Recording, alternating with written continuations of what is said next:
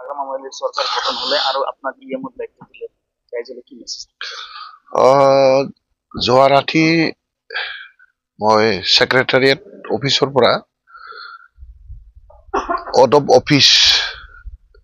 ল'বৰ কাৰণে এখন চিঠি পাইছো আৰু এই চিঠি মৰ্মে মই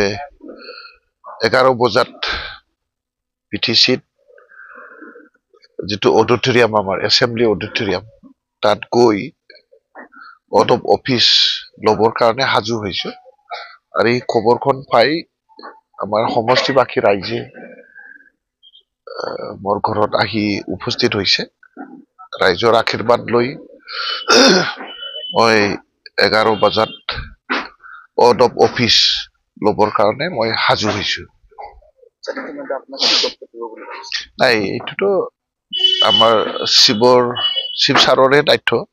শিৱ ছাৰে যিকোনো বিভাগ দায়িত্ব দিব যেটো বিভাগ দিব হেতুকে আমি সামলাম ভালকে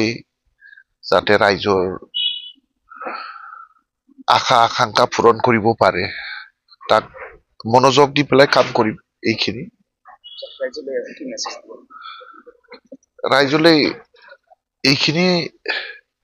মেছেজ দিম যে আমি যেটো উদ্দেশ্য লৈ আমি বিপিএফ দলক ভোট দিছো বিপিএফ দলেও ৰাইজৰ ভোট লবৰ কাৰণে যেটো ইস্যু আজি ৰেইজ কৰিছিলে এই ইস্যু বিলাক যাতে ৰাইজেও পাব পাৰে আৰু আমিও বিটিসি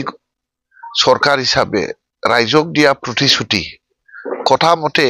যাতে আমি কাম কৰিব পাৰো তাৰ কাৰণে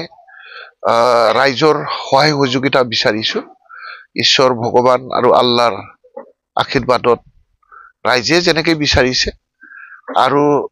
ৰাইজে দায়িত্ব দিয়াৰ পিছত আমি ৰাইজৰ কাৰণে যি কাম কৰিব লাগে সেইটো যাতে আমি কৰিব পাৰো তাৰ কাৰণে ৰাইজ বাকি বা আমাৰ